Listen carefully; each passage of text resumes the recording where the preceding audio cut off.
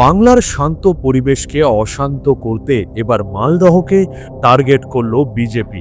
চলুন বিজেপির নোংরা ষড়যন্ত্রের ক্রোনোলজিটা বুঝে নিই। রাজ্যের আইন শৃঙ্খলা ব্যবস্থাকে পঙ্গু করে দিতে বিজেপি প্রথমে তাদের হাতের পুতুল নির্বাচন কমিশনকে ব্যবহার করে রাজ্য সরকারের অভিজ্ঞ অফিসার এবং বরিষ্ঠ পুলিশ কর্তাদের বদলি করে দিল।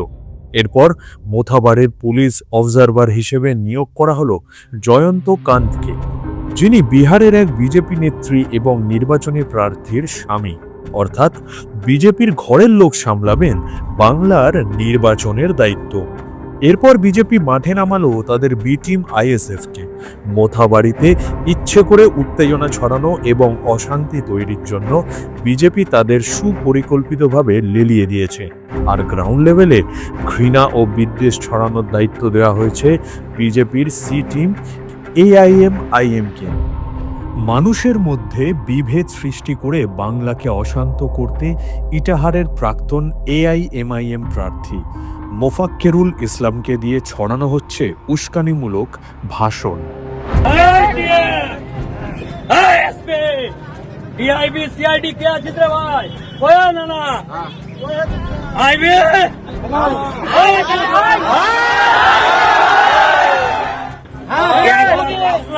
হাজিরা দিয়ে চলে গেলাম, হবে না? হবে। রোজা করার লোক, হ্যাঁ, পেটে গামছা বেঁধে শুতে যাবো। ৭০ বছর হুঁসাই না কেন? লাঠি দিয়ে নেন চাপড়ে চলবে নাকি? আন্দোলন হবে।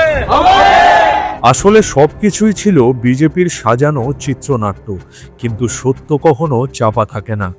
আইএসএফ কর্মী এবং বিধানসভা নির্বাচনে মোথাবাড়ির প্রার্থী মৌলানা শাহজাহান আলীর গ্রেফতারি প্রমাণ করে দিচ্ছে ষড়যন্ত্রের জাল কত গভীরে। বিজেপির এই নোংরা ষড়যন্ত্র আজ মানুষের সামনে পুরোপুরি ফাঁস।